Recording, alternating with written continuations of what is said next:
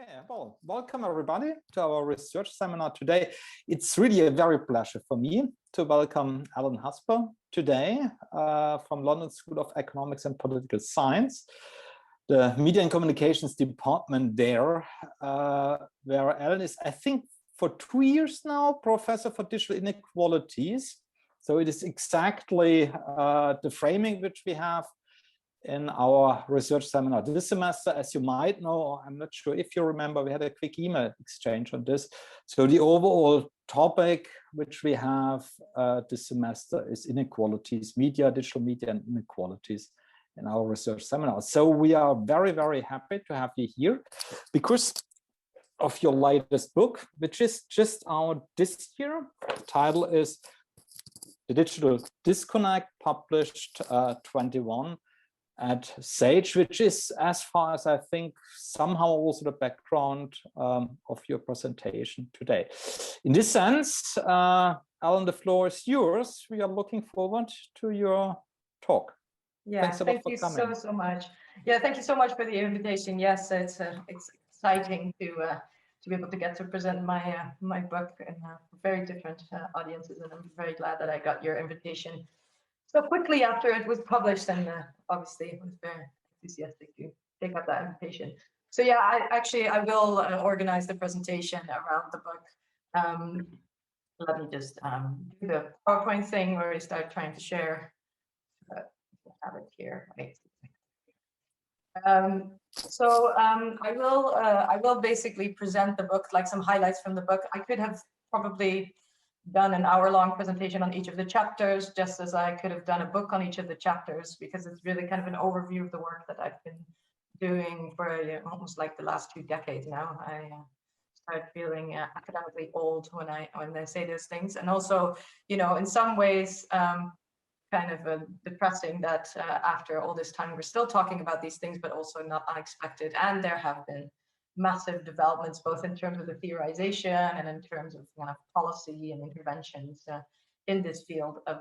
social digital inequalities. Tends to be how I describe what I research and what I do. So one of the little things that kind of to give you context of the book for those who haven't read it, is that every chapter, or the book uses, and every chapter uses kind of a combination of qualitative data that from projects that I've been involved in over the years, and quantitative data, both through data that we've collected ourselves with colleagues from projects such as from Digital Skills to Tangible Outcomes project, and the Global Kids Online projects, and other projects that I've been involved in, and as well as data from a kind of larger intergovernmental and international institutions. And it's really kind of meant to kind of give a picture, a global picture, and not just focus on the global north or particular countries or regions. So it was quite the task, for me, to write this book. And I am very glad that it's now out, and that I don't have to cut another third of the words like I have to at the end of the writing process. Okay. So the Digital Disconnect book is really kind of had its starting points, or its origin, in a paper that I published in 2012, which was itself the result of quite a few years of work, which was based around the corresponding field model. Kind of the basic premise of that is that as societies become increasingly digital, that people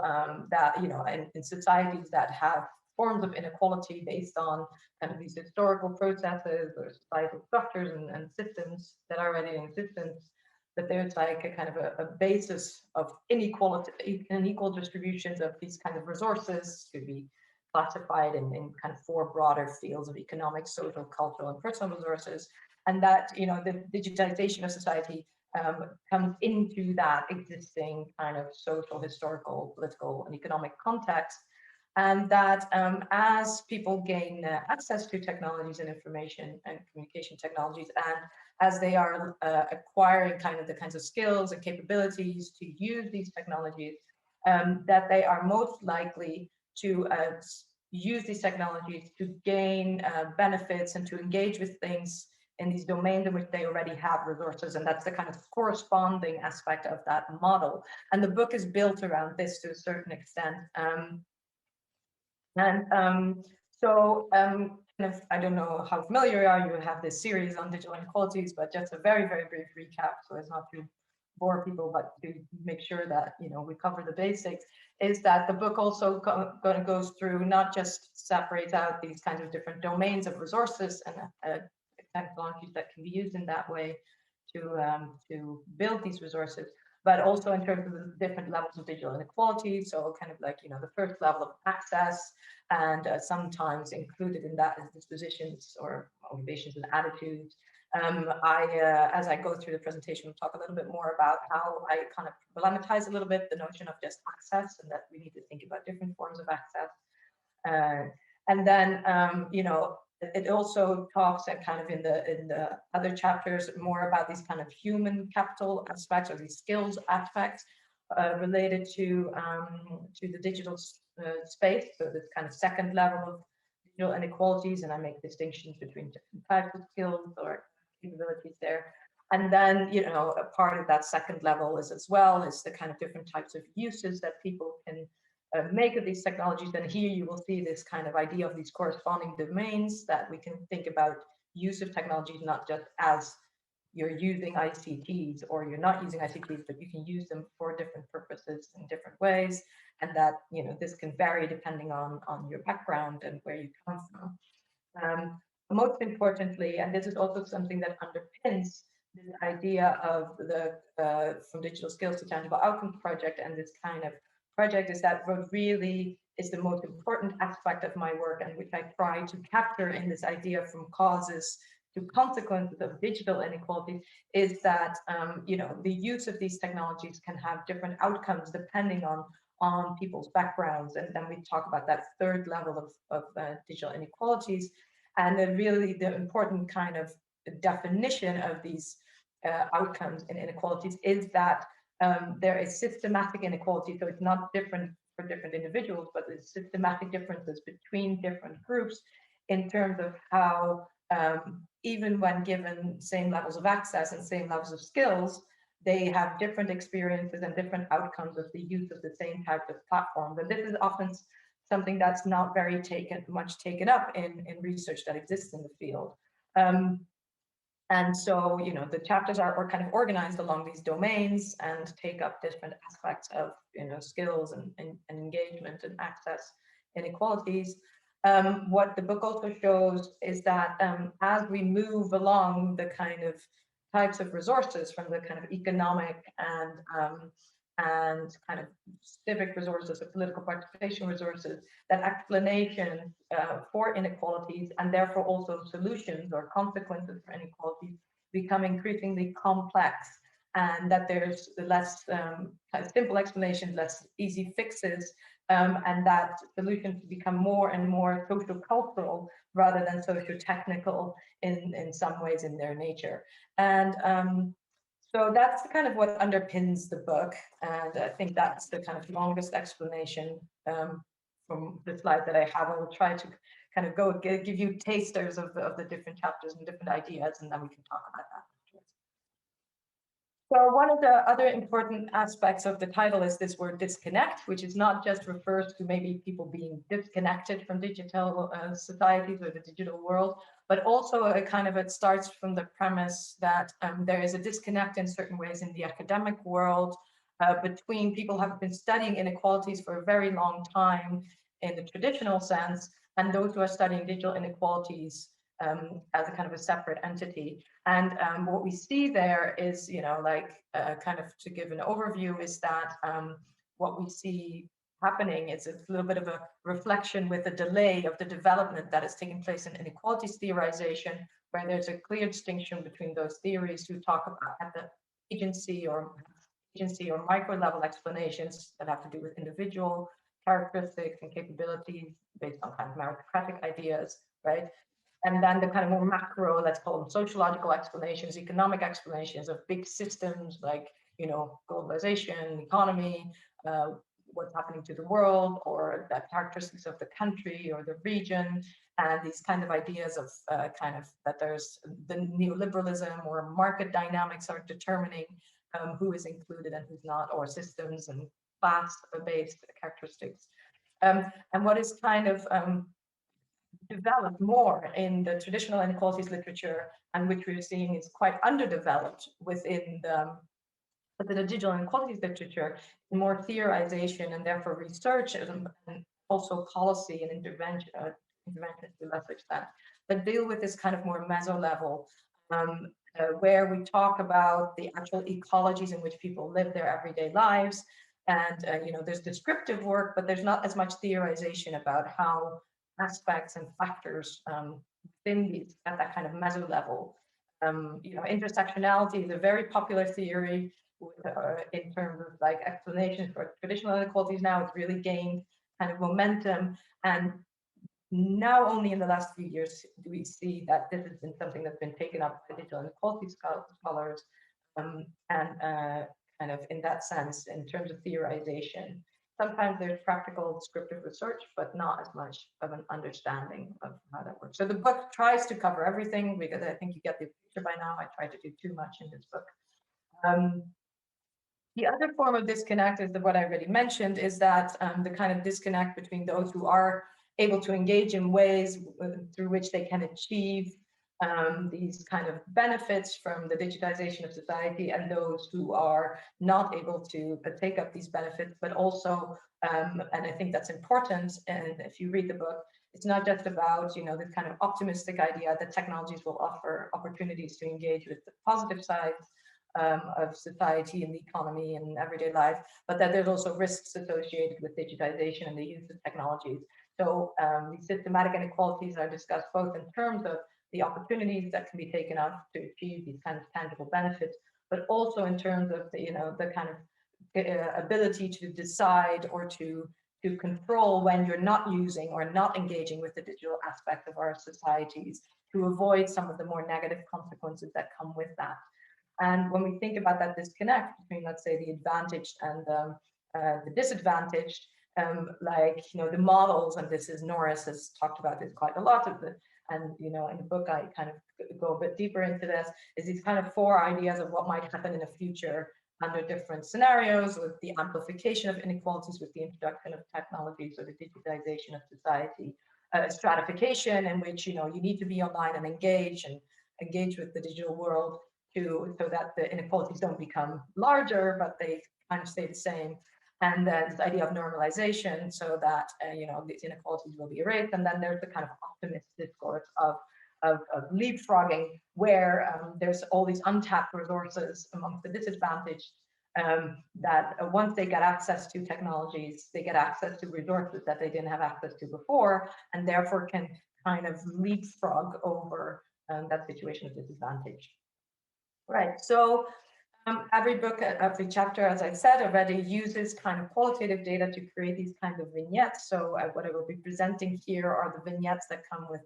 certain chapters, and I will also be presenting some of the quantitative data. It tries to do this kind of from the level of the lived experience of these individuals, where the qualitative data obviously is very kind of helpful, but also in terms of the macro and meso, kind of this kind of idea of structuration of individuals embedded within larger context. I look at regional inequalities between regions in these different domains, but also inequalities within regions or within countries. So that's just a little bit of context. And in this kind of domain of economic inequalities, I guess the most important thing that I discuss here is inequalities in access, and how they might lead to also inequalities in these economic outcomes in terms of wealth and capital and labor, in terms of employment. And important here is to think about this, and kind of like in Ben's comment here already, embedded, is that we need to think here about not about absolute poverty, whether you have access or don't have access, or a certain device or not, but about the relativity of that kind of poverty in access, where it's about how connected other people are, and which ways they are connected. So it's relative to the circumstance in which you live, whether, for example, having just access to a mobile phone is going to put you at a much of a disadvantage or not. So we need to think about the societies in which they're based. And we do know that, obviously to kind of ameliorate or to overcome these levels of inequality as societies become increasingly digital. Reducing cost of access and improving infrastructures is important, yeah, to make sure that these devices are available. But what they do more than anything is to overcome this kind of potential access. So the access to resources, digital resources, it doesn't really overcome what I've called in the book this idea of more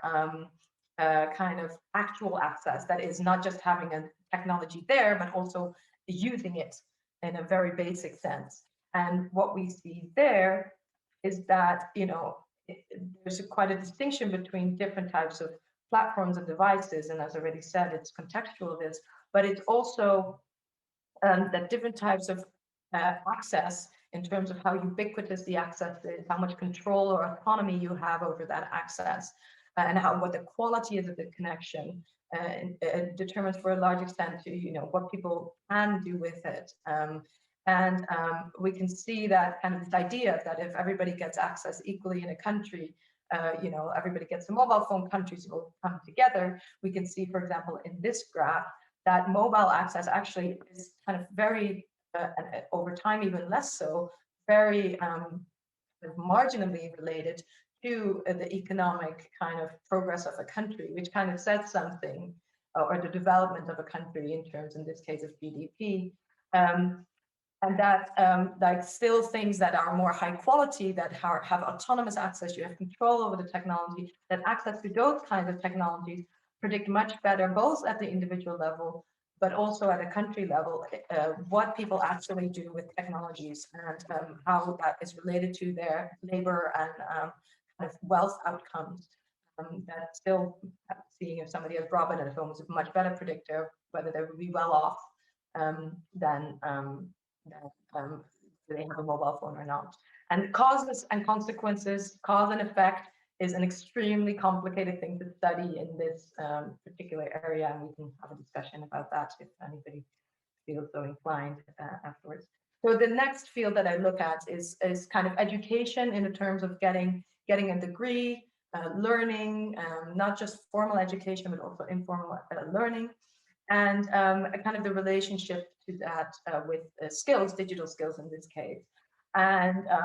we can see that there's a distinction between confidence and actual skill levels, and that within skills, there is an important distinction to make between the more functional skills that teach you how to use a technology as intended, and the more critical skills that have to do with awareness about how technologies are created, and that give you, to a certain extent, the power not just to use the technology, but also to shape that in a way that is beneficial to you, or that represents your reality. And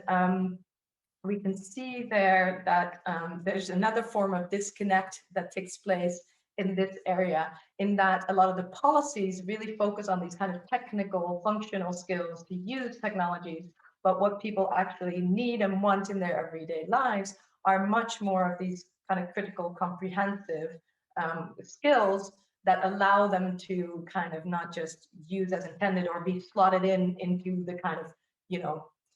in the language of the digital skills gap, into these positions and jobs that are available where they can basically, you know, as in a kind of a technical or digital factory, be slotted into these processes. But that actually what we see amongst in youth is that these kind of softer skills, they sometimes called, are much more important to achieving a wide range of outcomes than these more harder technical skills. And that exactly these kinds of skills, because they are often learned informally and not through formal training, are unequally distributed. And sometimes in ways that are surprising, that when we see that there's a lot of difference in high-level technical skills, actually sometimes there's no inequality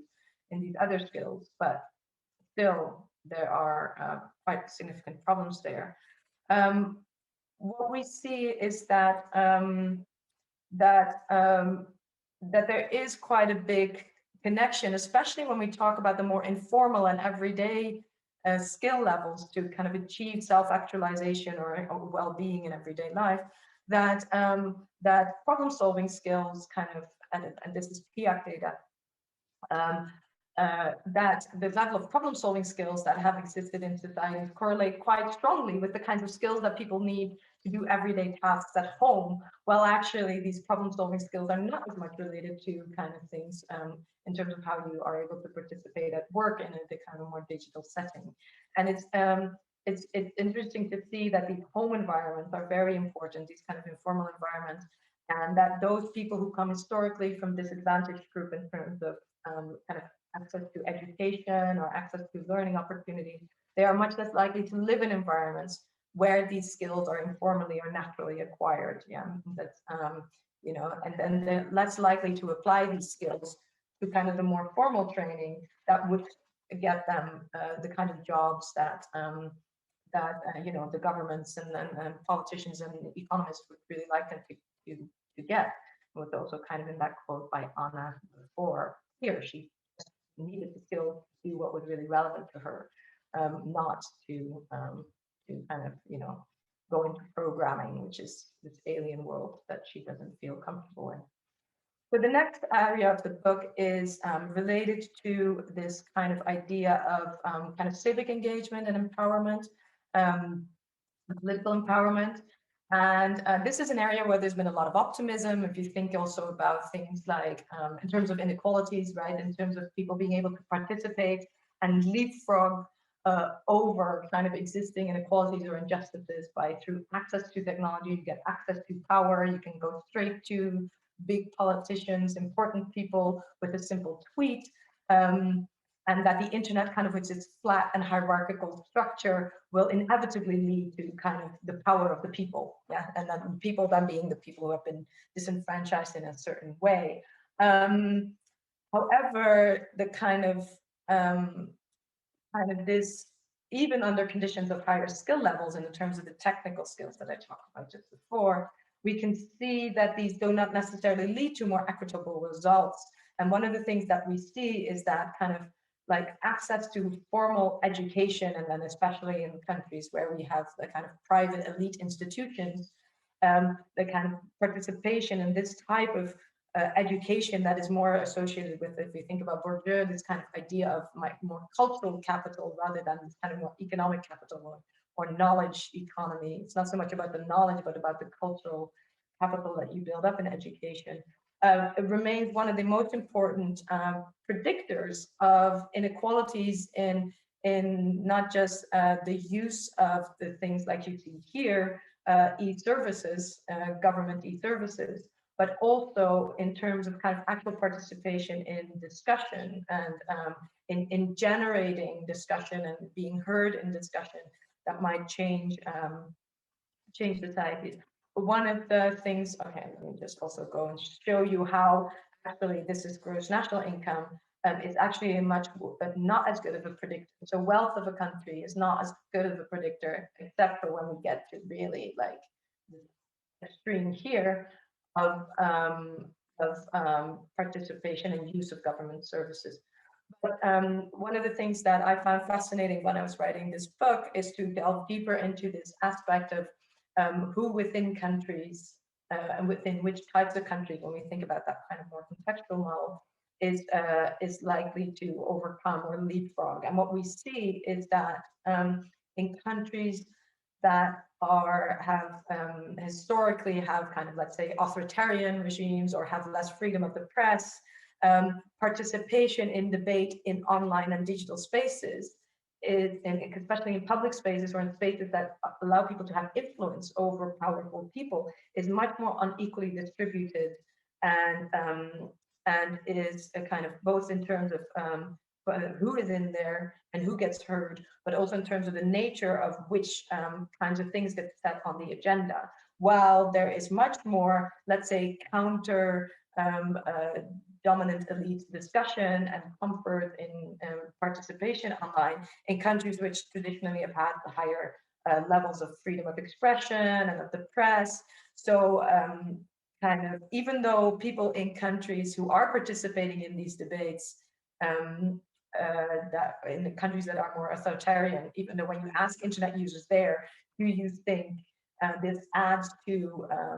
participation in politics and empowerment, they are more likely to say so, but it's because they are taken, that mostly are the people of kind of elite backgrounds. And there's not really enough data on inequalities in these more informal forms of civic participation, like activism or low-cost participation. So within those groups, we don't know who's kind of online, whether there are inequalities in participation in activism and kind of more low cost, as collectivism is sometimes called. There's quite a lack of data in those more informal kind of participation, especially in regimes that obviously don't really want us to know that this even exists. You know, there's kind of an amplification here between regions and countries that have traditionally had more authoritarian regimes and those who don't, in terms of inequalities. But there is actually also good news in this field. So to a certain extent, there is kind of justification for a certain optimism, is that, for example, in the studies that we did with marginalized youth or some kinds of certain groups that have been traditionally silenced or invisible in these participatory spaces, is that they are more likely to participate online than they are to participate offline. So in that sense, it does give them access to something, maybe to spaces that they didn't have access to before, to find people like them with similar ideas. And also they are more likely to translate kind of these kind of informal discussions in these digital spaces into offline action than they are to translate kind of offline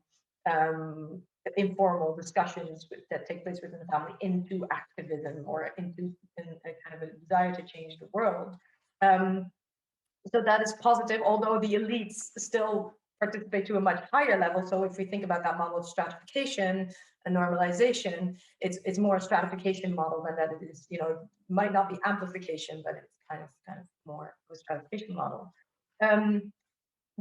The kind of, you know, after having been positive, I think we also need to be realistic, is that when we think of these models, one of the things that is important in the work that I've been doing is to think of these not as isolated things, but as sequential and cumulative. So that sad fact is that a lot of the disenfranchised groups or still have, you know, kind of are less likely to have high quality access, are less likely to have the kind of technical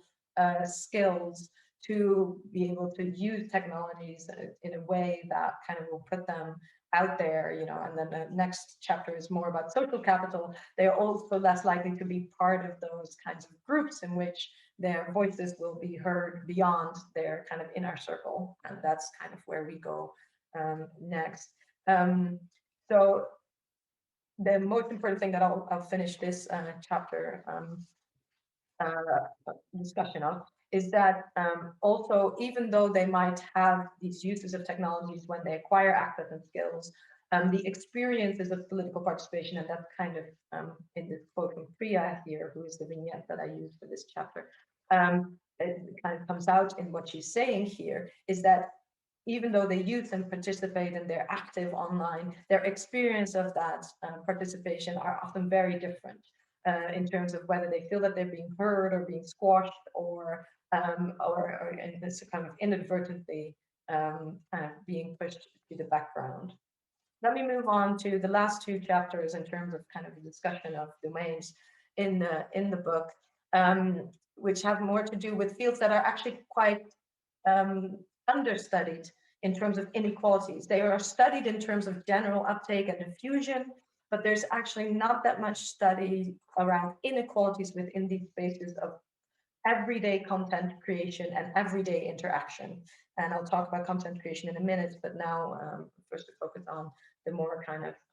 social and interactional inequalities. And this is an area where, well, we talked about civic participation, there was a lot of optimism. This is an area where there's a lot of moral panic, not so much in terms of inequalities, because that's not studied, but, you know, as if, you know, and we see it during the pandemic, we've seen it like after a kind of initial, like, oh, thank God there is technology to be able to connect and work from home for many people. There is also now kind of a lot of talk about fatigue and people not being able to communicate and relate properly, they're being socially isolated. But it is a kind of this magic bullet idea of, you know, technologies have this universal effect of something on everybody. And we know that that is not the case with the little data that we have. you know, like Carol's quote here is kind of exemplifies that, is that for somebody who is socially vulnerable, who is isolated, you know, these platforms can be quite daunting. One of the interesting things here is that we really see an amplification effect in terms of outcomes when it comes to vulnerability. And it's like a little bit what I call this vicious cycle, is that those people who lack confidence, who lack strong support networks, who are kind of, you know, who have emotional problems, as they acquire the skills to go online, the actual outcomes and experiences of these online interactions are much more likely to be negative the more intensely they use the technology. So, you know, it's a kind of psychological vulnerability that leads to then a greater dependence on the technology because you don't have it in your everyday life. But then the negative feedback that they get when they are on these platforms, the kind of bullying, let's say, and the kind of, you know, not being liked or being ignored, leads to then to lower levels of self-esteem. But, you know, the technology is like, it's almost, you know, in that sense, and I really shouldn't be using this word because it's kind of contested, but like kind of an addiction, yeah. Like you think it's going to make you feel good, but then, you know, the backlash is negative, and then you go back because you think you can find something. So that's the kind of inequalities we talk about, but we don't really know in terms of like broader social groups and how this is unequally distributed. It's very understudied. There's also kind of a problem with big data and quantification, where it's a lot about the counting of the number of contacts when we talk about social capital and whether, you know, people are able to increase their social capital online, while there's much less about the quality of the interactions and inequalities in these, on the quality of these interactions. And you know, while there's a lot of talk about trolling, which is kind of more what I'll get to in this chapter. But there's actually not that much information about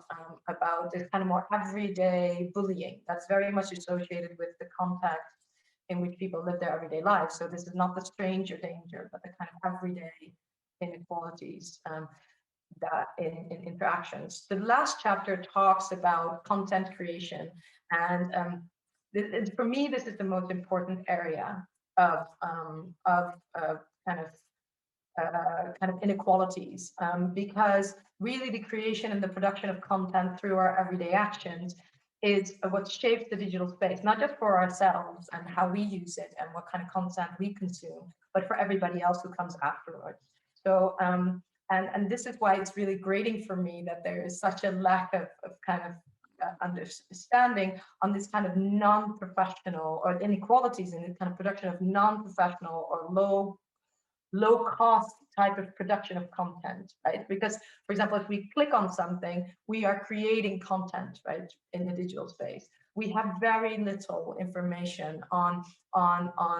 the inequality of consumption in terms of like who is more likely to click on what. What we do know a little bit about is that kind of the traditionally privileged with more self-confidence feel more respected and that they belong in these kind of digital spaces because, and therefore they produce a lot more content that around their own ideas and own life worlds, which then becomes more prominent. And because it's a kind of life world that corresponds with what other people have also said, it's kind of symbolically valued, let's say, other people are more likely to like that. It's not countercultural, it's kind of accepted. And this unwittingly can also kind of, you know, silence or put off others to present life worlds or experiences that are not according to those more dominant domain. We also see that those people like you and Wendy here, who come from groups who are individuals within groups who don't represent a stereotypical notion. In this case, Wen is a gay young man participating in gaming and has certain ideas about aesthetics and about, you know, avatar creation that don't correspond to what other people think young gay men should be like. And he has then started silencing himself. So before I move on to the conclusions, I just want to kind of talk a little bit about this kind of more at the global level, where we see that that kind of the content that is produced, even about, let's say, the global south, And this more research here is mostly done by the kind of more traditionally colonial and dominant powers in the world. And therefore, even the knowledge about other regions in the world is created by people who already historically have been able to write history. Now, what does all this mean in terms of a short conclusion, in terms of content production, is that this kind of echo chamber idea of people who are just exposed to things that are like, that kind of confirm their life worlds and their points of views, exists mostly actually for the privileged. Because they are on these public platforms where their ideas get valued. The people who are kind of more vulnerable or who have been excluded and discriminated tend to go into safe spaces where they are with people who are like them, who have experiences like them, and then their knowledge and life experiences are taken off these public platforms, but they're obviously still exposed to those ideas. So it's the privileged who don't come into contact as much anymore with alternative ideas. Or alternative aesthetics or alternative cultural productions. And, as again, I have to put this all into connotations because this is not studied significantly, and it's especially not studied significantly in parts of the world that are not like the global north that is south. What is important though is that this is more for the responsibility of the privileged in a way to create awareness and understanding that it is of those who might have historically big disadvantage. It's not up to them to catch up and have their voices heard. It's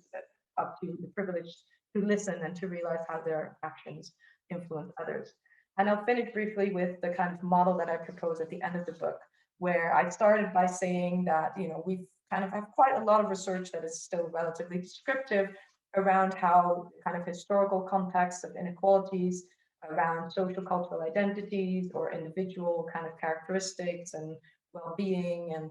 to an extent also what happens in the home when we talk about parenting, how those influence how people engage with technologies and how likely they are to, be able to take up opportunities. And we have kind of, theorization around that. We also have these policies, digital agendas, which often focus on specific groups, get implemented in cities and neighborhoods, but they often don't get implemented in ways that kind of to completely grasp this kind of the importance of that meso level that the person lives in. And what is really kind of missing in terms of inequalities is this kind of, meso level type of understanding and theorization, where it's not just we study these environments, but we actually have theories about what in these environments is more likely to lead people to engage. So does it make a difference if an individual of a certain socio-demographic, socio-cultural background lives in a neighborhood where there's lots of people like them who are also using technologies? How homogeneous are their networks in terms of use and engagement and ideas around technology? This is really quite understudied in terms of those kinds of more meta-level factors. And it's also important because this is where the area at the level at which NGOs and digital platforms work. If we think about school work, there's things, there's kind of environment, there's curricula and there's certifications which give people things for skills. There's not a lot of discussion about how the DigiKet or the way in which we engage with the technology and the kind of examples that we set through informal learning influence people's perceptions of who's supposed to do what with technology. And the kind of the idea of digital ecology, the social and digital ecology that I present. And that's really where I kind of finished the book by saying that kind of, this digital future starts in this network or this neighborhood that's near us, it's not something that is out there, I can assume that all of us in this presentation might be relatively privileged, just for the fact of, or the kind of the circumstance in which you find ourselves. But that we need to flip the coin and we need to think about this collective responsibility that how we use ICTs impacts not only us and the outcomes that we achieve, but also those of future generations to come and the others that are in less fortunate positions, and that we are collectively responsible for making like these constructive contributions that will create a digital future that is more equal. And that's also something that we can ask of the designers of technology and the platforms of technologies to change what they consider good outcomes, and then instead of economic outcomes in terms of increases of use and increases of click, is it something that is more as the social impact measurement of our own actions and the actions of companies and the actions of governments that we need to start focusing on as a collective, rather than telling other people that they need to catch up and need to do some digital skills training to make sure that they are not left behind. So this is where I will leave it. And I covered quite a lot, but there's also a lot more in the book. So I do hope that, you get a chance to read it if you haven't already. And